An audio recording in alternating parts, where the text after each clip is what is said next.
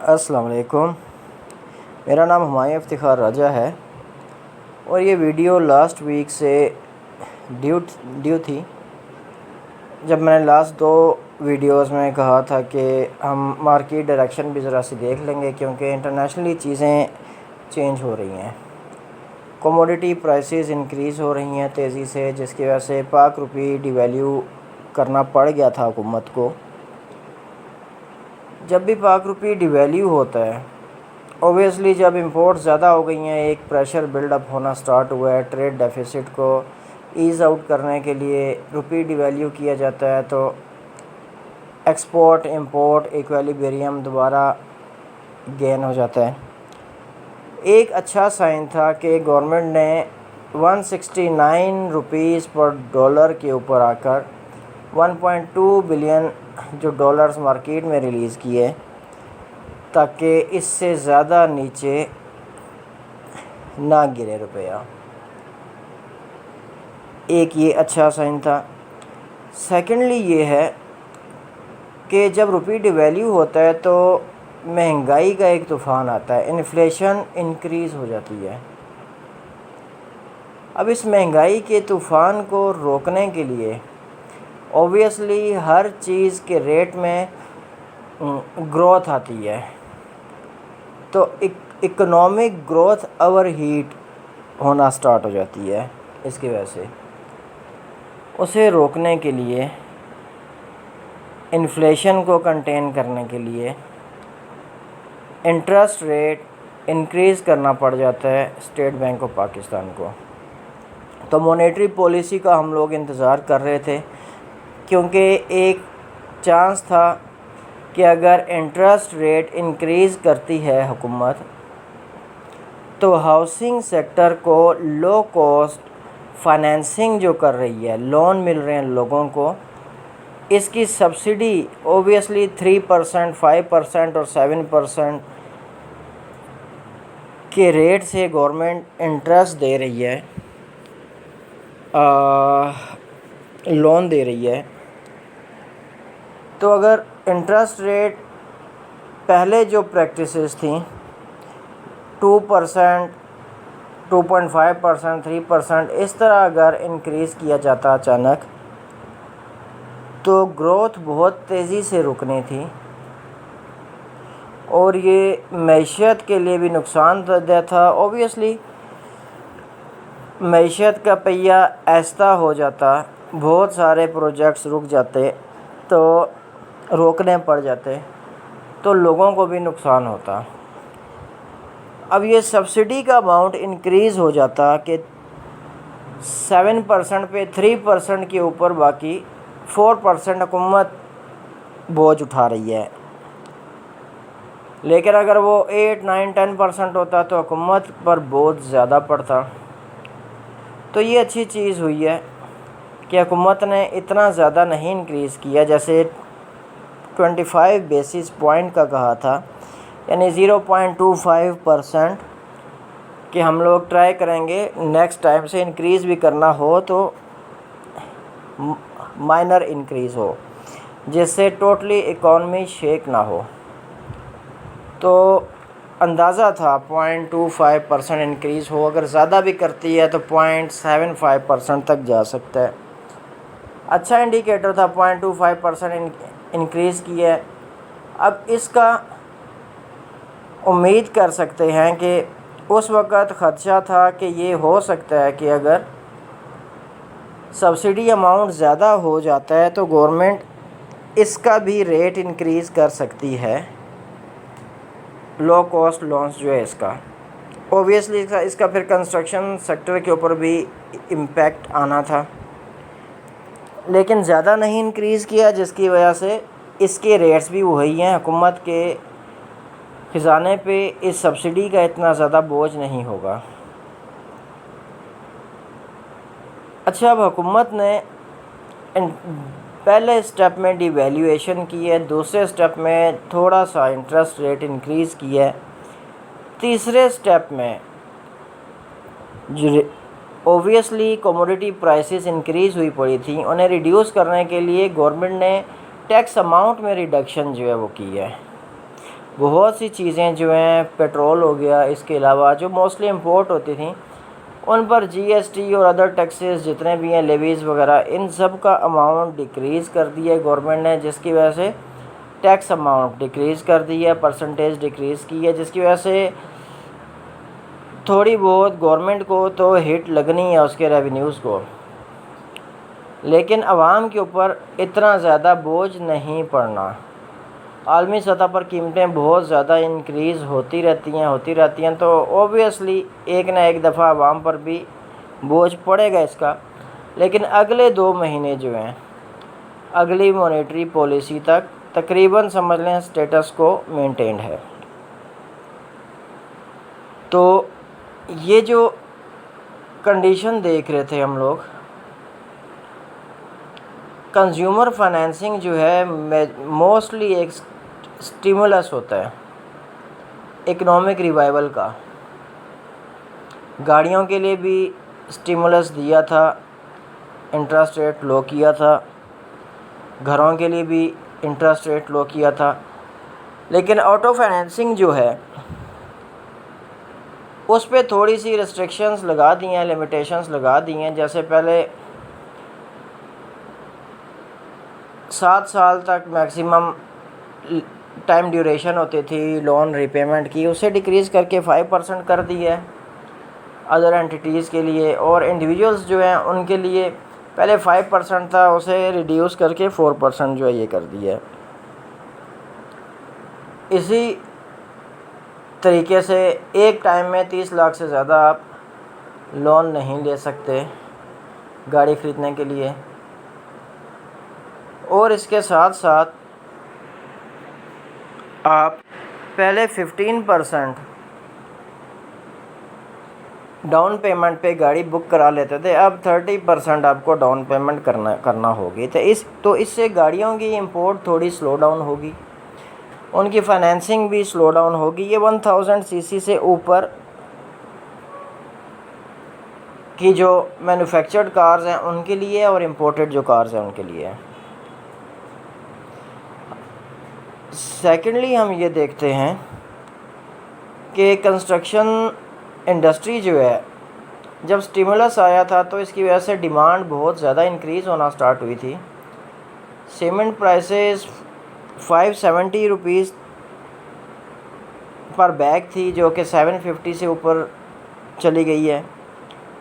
Steel prices जनवरी में अगर देखें 1,35,000 पर टन थी, जो कि 1,85,000 पर टन पर चली गई है, जिसकी वजह से कंस्ट्रक्शन कॉस्ट इंक्रीज़ हुई है। और इसके साथ पेट्रोल प्राइसेस जब इंक्रीज़ हुई हैं तो ट्रांसपोर्टेशन मेजर एक एक्सपेंस होता है कंस्ट्रक्शन का, उसका ख़र्चा भी ज़्यादा हुआ है। इसके अलावा फिनिशिंग गुड्स में मोस्टली चीज़ें इंपोर्टेड ही पाकिस्तान में आती हैं, तो इंपोर्ट्स के अंदर इनका भी एक बड़ा हाथ था। गवर्नमेंट इसको भी थोड़ा सा कट कर लगा सकती थी इस पर, लेकिन फ़िलहाल टैक्सेस रिड्यूस किए हैं गवर्नमेंट ने, जो कि एक साइन देते हैं कि गवर्नमेंट अभी भी स्टिमुलस कंटिन्यू कर रही है। अच्छा, अब मज़ीद हम देखते हैं, जैसे आज प्राइम मिनिस्टर का एक लिखा हुआ था कि जी 25,000 घर बनाएंगे लो इनकम जो ग्रुप है उसके लिए। ये भी डिमांड में इजाफ़ा ही से होगा। सेकेंडली, रोशन अपना घर स्कीम जो है वो इंट्रोड्यूस करवाई है, जिससे ओवरसीज़ अपना घर ख़रीद सकेंगे बाहर रहते हुए भी बहुत आसानी से। इसके अलावा डिमांड साइड पर ही अगर देखें हम लोग, तो अफ़गानिस्तान की साइड से भी कुछ पैसे आना स्टार्ट हुए हैं, पाकिस्तान में रुपए आना स्टार्ट हुए हैं, जो कि देखें एक गैर मुल्की पाकिस्तान की सरज़मीन पर प्रॉपर्टी नहीं ख़रीद सकता कानूनी तौर पे। ट्रांसफ़र के लिए जाएगा तो रोक दिया जाएगा। लेकिन वो ओपन फाइल्स, एफिडेविट फाइल्स तो लेके रख सकता है। रेट ज़्यादा हो जाए तो वो बेच के, क्योंकि वो फ़ाइल जिसके पास है वो उसी की है, वो बेचेगा तो आगे पाकिस्तानी या कोई और है वो ख़रीद सकता है आराम से। तो अफ़गान साइड से भी पैसा, क्योंकि वहाँ पे हालात चेंज हुए हैं, तो वहाँ के पढ़े लिखे और जिनके पास पैसा था वो लोग मूव आउट करना स्टार्ट हुए हैं। बहुत से वेस्टर्न कंट्रीज़ की तरफ निकल गए हैं, बहुत से हमसाए मुल्कों की तरफ आ रहे हैं, तो पाकिस्तान की तरफ भी आ रहे हैं। यही वजह कि इस वक्त भी DHA जो कोयटा हो गया, पेशावर हो गया, भावलपुर हो गया, बहरिया टाउन रावलपिंडी हो गया, लाहौर हो गया और कराची हो गया, इन सब के रेट्स में इजाफ़ा होने लगा हुआ है। एक और चीज़ हम लोग देख लेते हैं कि जैसा कि कंस्ट्रक्शन एक्सपेंस इंक्रीज़ हुआ है तो बहुत सी buildings, malls, shopping malls, plaza वगैरह तामीर हो रहे थे, उनकी कॉस्ट में इजाफ़ा हो गया है। अब ऐसे मौके पर ये होता है कि बहुत से प्रोजेक्ट्स स्टक अप हो सकते हैं। एक आम आदमी की एग्जांपल लेते हैं, उसने घर बनाना था, उसका बजट आउट हो गया है, कंस्ट्रक्शन मटेरियल महंगा हो गया है, घर बनाने का ख़र्चा ज़्यादा हो गया है और पैसे उतने ही हैं उसके पास, प्लॉट भी एक्सपेंसिव हो गया है, तो वो कंस्ट्रक्शन की तरफ जाने के बजाय वो यही कहेगा चलो मैं प्लॉट लेकर रख देता हूँ, एक या दो प्लॉट आते हैं, दो प्लॉट सस्ते किसी अच्छी जगह लेके रख देता हूँ, फिर एक महंगा होगा बेच के दूसरे पे मकान जो है बना दूँगा। तो मैं एक अंदाज़ा लगा सकता हूँ कि कंस्ट्रक्शन एक्टिविटी आगे, बेशक स्टिमुलस कंस्ट्रक्शन एक्टिविटी का है, लेकिन रेट्स देखें आप, कमोडिटी प्राइसेस देखें, गवर्नमेंट बेशक टैक्स रिड्यूस कर रही है, लेकिन इंटरनेशनली रेट्स इंक्रीज़ होते रहे तो किस हद तक वो टैक्स सेक्रीफाइस कर सकती है, ये भी देखना होगा। तो आगे कंस्ट्रक्शन एक्टिविटी मुझे स्लो डाउन होते दिख रही है और प्लॉट्स के अंदर इन्वेस्टमेंट ज़्यादा मुझे लग रही है। वैसे भी आप सबके नोटिस में होगा, आपने भी देखा होगा, मैंने भी देखा है कि लोग घर के लिए, कंस्ट्रक्शन के लिए और ओनली प्लॉट्स के लिए भी लोन सब्सक्राइब कर रहे हैं। अब लो कॉस्ट हाउसिंग लोन्स जो हैं, इनमें हुकूमत जो है, सुनने में आया आजकल के एक तबका था, बहुत से लोग थे जो कि नहीं सब्सक्राइब कर सकते थे इस लोन स्कीम को, या उनके सैलरी स्लिप या बैंक अकाउंट वगैरह नहीं प्रोवाइड कर सकते थे और मज़ीद कुछ चीज़ें नहीं प्रोवाइड कर सकते थे, वो बेचारे लोन नहीं ले सकते थे। तो गवर्नमेंट उस फ्रंट पर भी आसान प्रोसेस कर रही है कि वो लोग भी लोन ले सकें इससे। फॉर एग्ज़ाम्पल, एक रेडी लगाने वाला है, एक छोटी सी दुकान वाला है जिसका सारा काम कैश के ऊपर है, बैंक में अकाउंट की ज़रूरत नहीं है, तो वो लोग बेचारे नहीं कर सकते थे, उनके लिए भी आसान बनाया जा रहा है, यानी डिमांड मज़ीद इंक्रीज़ की जा रही है। एक और फैक्टर देखते हैं कि पाक रुपये डिवैल्यू हुआ है। 152 रुपये पे जब था डॉलर एक, उस वक़्त इतने ज़्यादा ओवरसीज़ या फॉरनर्स इमिग्रेटेड पाकिस्तानी भी जो हैं वो पैसे नहीं भेज रहे थे। अब 170 पर आया है तो अब ज़्यादा लोग पैसे भेजेंगे, जिसकी वजह से पैसा ज़्यादा आएगा तो ओबियसली वो खाने पीने में इस्तेमाल नहीं होगा, वो इतने ज़्यादा पैसे की एक लिमिट तक इंसान खा सकता है, खर्च कर सकता है। रियल इस्टेट में ही इन्वेस्ट होनी है, स्टॉक मार्केट में नहीं हो सकती इन्वेस्टमेंट, इसलिए कि 0.25% इंटरेस्ट रेट इंक्रीज़ हुआ है, तो 48,000 पॉइंट से गिर कर स्टॉक मार्केट 45,000 पॉइंट के अराउंड आ गई है। तो वो भी रियल इस्टेट में ही आएगा। और अच्छा, 170 रुपये पर डॉलर के ऊपर कोई ओवरसीज़ पाकिस्तानी आकर रियल इस्टेट में इन्वेस्ट करता है और दोबारा डॉलर रेट नीचे आता है, 160 के ऊपर भी आ जाता है, 10 रुपये का फ़र्क पड़ जाता है। प्रॉपर्टी प्राइसेस DHA हों, बहरिया टाउन हो, CDA सेक्टर हो, इसके अलावा भी पूरे पाकिस्तान में कंटिन्यूसली इंक्रीज़ हो रही है। तो उसके लिए बहुत अच्छा चांस होगा कि 170 रुपये के ऊपर ज़्यादा अमाउंट कन्वर्ट करा के इधर जब इन्वेस्ट करता है, तो जब डॉलर प्राइस ठीक होती है, ईज़ आउट होती है, अच्छे लेवल पे आ जाती है, तब रियल इस्टेट का गेन भी एक उसे हो जाएगा और डॉलर जो टर्म्स है उसके अंदर भी इनकम उसे अच्छी आ जाएगी। वरना मोस्टली ओवरसीज़ पाकिस्तानीज़ का शिकवा होता है, डॉलर उस वक़्त 60 रुपये का था, प्रॉपर्टी ली थी, प्रॉपर्टी का रेट वहीं रहा, डॉलर 105 रुपये पे है या 160 रुपये है। जैसे DHA वैली की एग्जांपल ले लेते हैं, 6 महीने पहले, 3 महीने पहले चले जाएं वो वाले रेट्स, या फिर पीछे के ब्लॉक्स की साइड पर आ जाएं, उनके रेट अभी तक कोई इतने ख़ास नहीं हैं। बाकी 5-6 जो ब्लॉक्स हैं उनके काफ़ी अच्छे हो गए हैं, लेकिन पीछे के ब्लॉक्स के इतने ख़ास नहीं हैं। तो उन डॉलर टर्म्स में भी उन लोगों का नुकसान है। रुपये टर्म में थोड़ा बहुत एप्रिसिएशन आ भी जाए तो उसका इतना फ़र्क नहीं पड़ता। तो ये बहुत अच्छा चांस है कि इस लेवल पे पैसा बाहर से लाया जाए, लोकली इन्वेस्ट किया जाए, और जब रेट ठीक होता है जो डॉलर है इसका, उसके बाद फिर प्रॉफिट बुक जो है ये किया जाए। अच्छा, इसके अलावा बहुत सी लो कॉस्ट सोसाइटीज़ हैं, क्योंकि बहुत सी सोसाइटीज़ हैं जैसे 2017 में चंद अरसे पहले प्लॉट लेकर लोन लेकर लो कॉस्ट स्कीम से लोग घर बना सकते थे, लेकिन अब प्लॉट इतने ज़्यादा हो गए हैं कि वो लिमिट पूरी नहीं हो सकती घर बनाने की भी। तो लोग मूव करना स्टार्ट हो गए हैं जो कम कीमत की सोसाइटीज़ हैं। तो इससे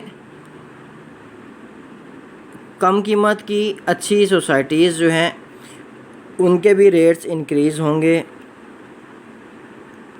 और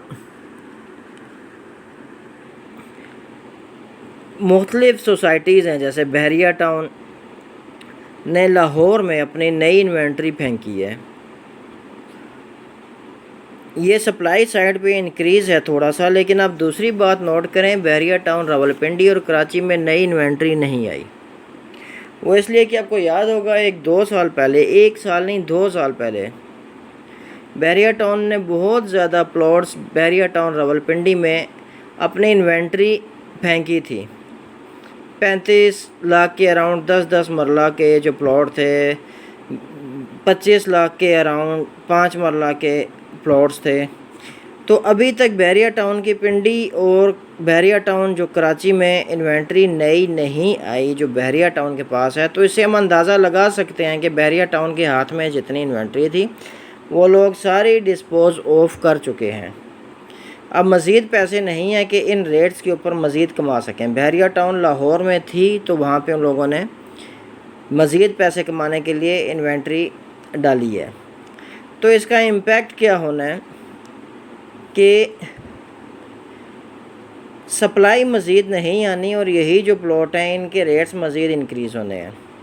जो डेवलप हो रहे हैं, एक्सटेंशन और ऑर्चर्ड हो गए, इनके ओबियसली इंक्रीज़ हो रहे हैं और इंक्रीज़ होने हैं। तो अगर मज़ीद इन्वेंट्री बहरिया टाउन रावलपिंडी में डाली जाती तो रेट थोड़े से नीचे आते या रुक जाते या इस तरह का इम्पैक्ट हो सकता था, लेकिन वो नहीं आया। वैसे भी सब जानते हैं इन्फ्लेशन की जब भी न्यू वेव आए तो रियल इस्टेट के प्रॉपर्टी के रेट्स इंक्रीज़ हो जाते हैं। तो एक एंटिसिपेशन है मेरी, आगे मुझे दिख रहा है कि हो सकता है रियल इस्टेट के रेट्स में एक मज़ीद जंप भी लग सकता है। लेकिन आप लोगों ने अवॉइड करना है, सिर्फ अच्छी जगह पर इन्वेस्टमेंट करना है, आपने लो क्वालिटी इन्वेस्टमेंट्स नहीं करने। फॉर एग्ज़ाम्पल किंगडम वैली की मिसाल दूंगा, आजकल बहुत हवा चली है उसकी कि जी अप्रूव्ड है, एनओसी वाली है, बहुत सस्ती है, 5 लाख का प्लॉट था अब 9 लाख का हो गया है, सब कुछ है, वहाँ पर लें। लेकिन आप देखें लोकेशन उसकी कुर्तबा सिटी से भी बहुत आगे है। जब भी रियल इस्टेट बूम ख़त्म होता है सबसे पहले फंसेंगे लोग ऐसी सोसाइटीज़ में। तो इस तरह की सोसाइटीज़ में फंसने से बचें आप, अच्छी क्वालिटी सोसाइटीज़ या फाइल्स में ही पैसे सिर्फ लगाएं।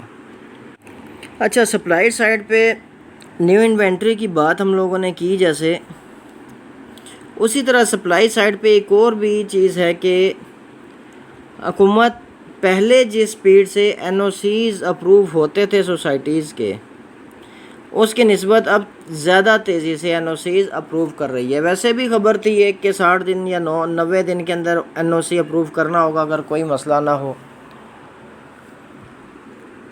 अदरवाइज़ कोई प्रॉब्लम हो तो फिर ज़रा वक्त लगा के दे के कंप्लीट सॉर्ट आउट करके फिर दे सकते हैं। तो ये एनओसी अप्रूवल जितना तेज़ होगा उतनी तेज़ी से सोसाइटीज़ स्पीड अप होंगी डेवलपमेंट यहाँ पर, और मार्केट में प्रॉपर्टी जो है उसकी सप्लाई में भी इजाफा होगा। क्योंकि अभी अगर आप देखें हर तरफ डिमांड ही इंक्रीज़ हो रही है, सप्लाई में इतना इंक्रीज़ नहीं देखा जा रहा। और सप्लाई साइड पर ही अगर देखा जाए, गवर्नमेंट नई रोड्स बना रही है, मरगला एवेन्यू इर्द गिर्द अच्छे खासे ब्लॉक्स हैं, सेक्टर्स हैं इस्लामाबाद के, C14, 15, इन्हें डेवलप करने की राह हमवार हो जाएगी। I15, I12 जो है इनकी डेवलपमेंट पर काम चलने लगा हुआ है। रिंग रोड भी अगर बन जाती है तो उसके अराउंड भी, जैसे रोडन इनक्लेव हो गई, रोडन इनक्लेव तो हॉट फेवरेट होगी वो इस वजह से कि उसके रेट बहुत कम हैं, बिल्कुल बीच में से गुजरना है। इसने एनओसी के लिए अप्लाई किया है, पिछले साल ही इन लोगों ने अप्लाई किया है, TMA का एनओसी था इनका, बाद में RDA में ये एरिया आ गया है। तो PP1 इनका ख़बर है कि जल्द ही अप्रूव होके आने वाला है। DHA3 फेज़ 8 एक्सटेंशन, इनके रेट्स तो इंक्रीज़ ही होने लगे हुए हैं, ज़्यादा नहीं लेकिन थोड़ा बहुत इम्पैक्ट कैपिटल स्मार्ट सिटी जो है उसके ऊपर भी रिंग रोड के बनने से आएगा। वैसे भी 1-2 दिन पहले की अखबार में ख़बर थी कि असद उमर से Islamabad chamber of commerce and industries के लोगों ने, अहदेदारों ने मीटिंग की है और रिक्वेस्ट की है कि रिंग रोड रावलपिंडी जो है इसके अराउंड जो इकोनॉमिक जोन बनने थे काइंडली इनको बहाल किया जाए, वो डेवलप किए जाएं। तो असद उमर ने यकीन दहानी करवाई है कि जी ये प्राइम मिनिस्टर से के सामने चीज़ रखी जाएगी। ये इसके अलावा अगर हम लोग देखें कि ओपन फाइल्स की एक बात चल रही थी कि जी ये ख़त्म हो सकती हैं, कई सोसाइटीज़ में बात चल रही थी, लेकिन लग नहीं रहा कि ये ख़त्म होंगी। क्योंकि अगर आप मेन कंस्ट्रक्शन या रियल इस्टेट सेक्टर का जो मेन जो लीड कर रहा है DHA, इसको देखें तो इसका डेवलपमेंट का मॉडल ही ओपन फाइल्स, एफिडेविट फाइल्स जो है डिपेंड करता है इनके ऊपर। तो FATF की तो कंडीशन है, लेकिन ज़रूरी नहीं कि हर कंडीशन पूरी की जाए उनकी। तो अभी तक ओपन फाइल चलने लगी हैं, हालांकि बार बार कहा जा रहा है कि बंद हो सकता है, लेकिन फ़िलहाल मॉडल चेंज भी होने के कोई चांसेस नहीं है और ये बंद होना भी आसान दिख नहीं रहा। इसके अलावा अगर आप देखें तो 30 सितंबर लास्ट डेट है। प्राइस बॉन्ड जितने भी हैं 7,500, 15,000, 25,000 और 40,000 के जितने भी हैं, उनकी इनकैशमेंट का स्टेट बैंक ने एक्सटेंड जो की थी तारीख़, वो 30 सितंबर है, वो नज़दीक आ रही है। तो इससे भी स्पीड अप होने का चांस लग रहा है कि ये पैसा ओबियसली फिर लोगों ने इन्वेस्टमेंट के लिए ही रखा था प्राइस बॉन्ड्स में, वो इनकैश हो जाएगा तो फिर लोगों ने प्लॉट्स ही लेने हैं इसके। ये भी एक पॉजिटिव चीज़ है इसकी। अगर हम देखें गवर्नमेंट के भी 2 साल ही रह गए हैं, सिर्फ आखिरी 2 सालों में हर गवर्नमेंट परफॉर्म करने की कोशिश करती है। इस जो वादे किए हैं उन्हें कुछ हद तक निभाने की कोशिश करती है, या कम अज़ कम आप देख लें इफ्तिताह ही एटलीस्ट जो है वो कर देती है। रिंग रोड का सुनने में जो चल रही है ख़बर मार्केट में, आम मार्केट में नहीं लेकिन अपर लेवल की मार्केट में, कि गवर्नमेंट की कोशिश है दिसंबर से पहले पहले इफ्तिताह जो है रिंग रोड का ये कर दिया जाए। इसके बाद मार्च तक देखते हैं, तो हो सकता है काम वगैरह भी इसका स्टार्ट हो जाए। पक्की कंफर्म न्यूज़ नहीं है लेकिन ये गर्दिश कर रही है ये ख़बर। तो इन चीज़ों से भी मज़ीद डिमांड इंक्रीज़ होने का है। आगे अगर आप देखें सप्लाई लाइन को भी ईज़ आउट करने की गवर्नमेंट कोशिश कर रही है। जैसे 25,000 मकान या फ्लैट्स वगैरह हो गए नया पाकिस्तान हाउसिंग जो है उसके तहत, वहाँ से सप्लाई, फिर एनओसी प्रोसेस को आसान बनाने की कोशिश की जा रही है। वो भी एक सप्लाई लाइन को इंक्रीज़ करने की अच्छी ये कोशिश है। इसके अलावा मार्केट में अब चेक एंड बैलेंस के ऊपर आते हैं ज़रा। मार्केट में फ्रॉड्स वगैरह प्रॉपर्टी के बहुत होते थे, तो उसके लिए भी हुकूमत कुछ इक़दामात जो है वो कर रही है। For example real estate regulatory authority जो है उसके ऊपर भी काम काफ़ी तेज़ी से चल रहा है। रेगुलेटरी अथॉरिटी जैसे ये पैमरा वगैरह हो गई, टीवी चैनल्स को रेगुलेट करने के लिए रीरा इस तरह तैयार हो रही है। एक्चुअली ये हिंदुस्तान से, इंडिया से आइडिया आया है, उन लोगों ने बनाई है ये वहाँ की रियल इस्टेट को स्कैम से बचाने के लिए और रेगुलराइज जो है वो करने के लिए। तो यहाँ भी ये कोशिश की जा रही है, बहुत अच्छी कोशिश है ये। इससे डीलर्स एक स्ट्रीम आउट होंगे। हर कोई यहाँ पर डीलर बना हुआ है, सिर्फ ऑथराइज्ड और अच्छी रेप्यूटेशन वाले डीलर ही होंगे जो प्रॉपरली रजिस्टर्ड होंगे। रूल्स और रेगुलेशंस को फॉलो करते हुए वो लोग काम कर सकेंगे। इसके अलावा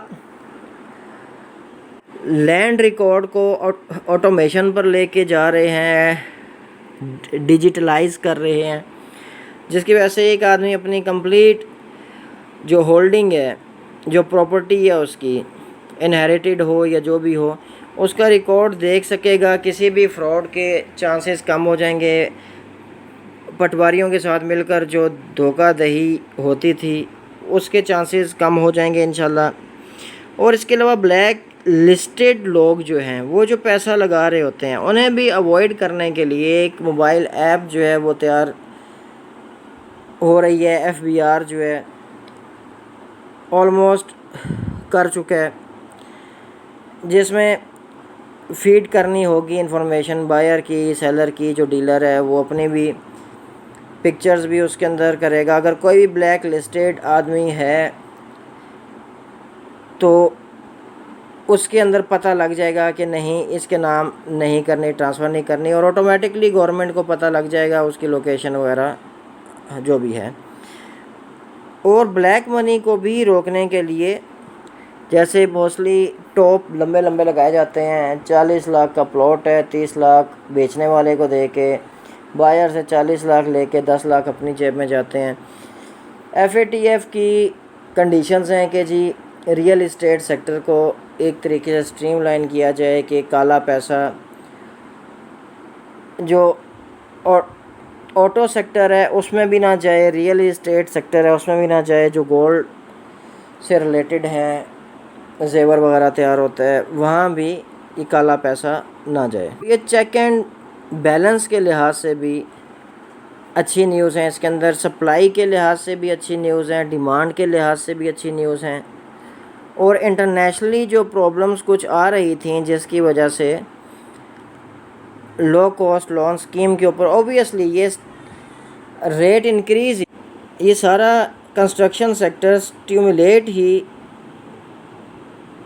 स्टिमुलस देने की वजह से हुआ है, डिमांड बढ़ाने की वजह से हुआ है।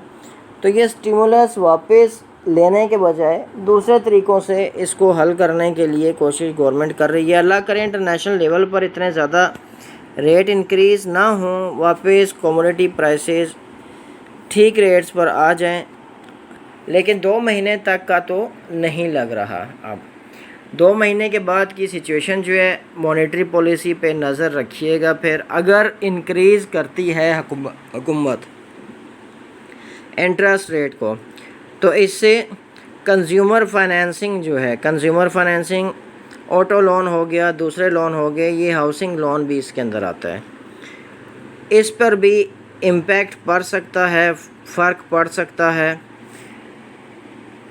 और इस पर इम्पैक्ट अगर पड़ता है, नुकसान होता है, रेट हाई होता है, लोग कम, डिमांड कम हो जाएगी, तो इससे प्रॉपर्टी प्राइसेस पर भी इफ़ेक्ट हो सकता है।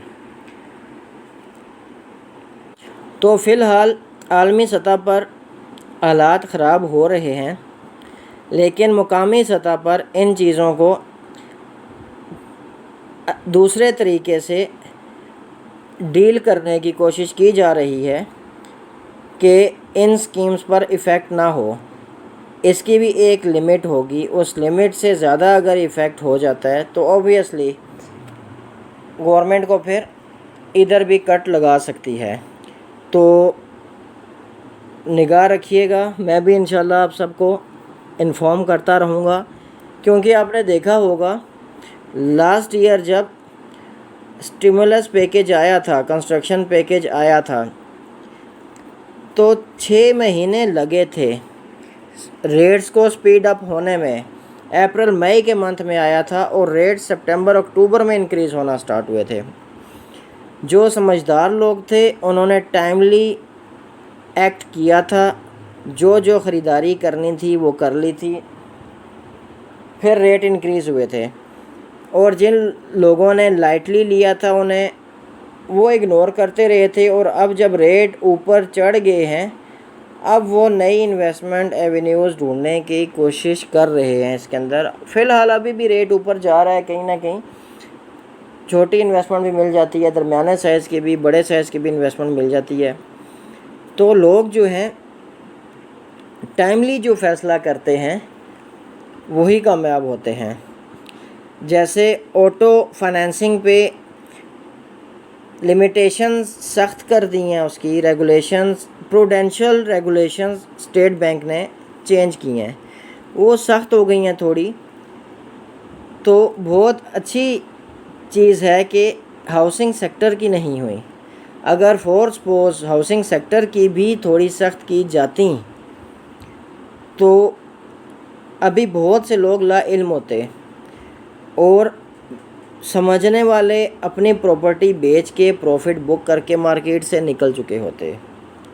तो टाइमली देखने वाली चीज़ें होती हैं। फ़िलहाल अगले 2 मंथ तक स्टेटस को मेंटेन हो रहा है, यानी कि ये चीज़ें वैसी ही चलती जाएंगी, ज़्यादा इम्पैक्ट नहीं है। लेकिन 2 महीने के बाद जो मॉनेटरी पॉलिसी आएगी उस वक़्त इंपोर्ट एक्सपोर्ट फिगर्स भी देखने लाजमी होंगे, इंटरनेशनल प्राइसेस भी देखनी लाजमी होंगी, गवर्नमेंट की फ़ाइनेंशियल पोजीशन भी देखनी लाजमी होगी, और टाइमली फ़ैसला जो है ये करना होगा। मैं भी इंशाल्लाह आप सबको बाखबर रखूँगा, इसीलिए मेरा चैनल काइंडली सब्सक्राइब जो है ये कर लें, और वीडियोस को आगे जो शेयर है ये करते रहें बेशक। अल्लाह आपके रिस्क में बरकत दे, आपकी इन्वेस्टमेंट को किसी नुकसान से बचाए, आमीन। मुझे अपनी दुआ में याद रखिएगा, अपना बहुत ख्याल रखिएगा। बहुत शुक्रिया, अल्लाह हाफिज़।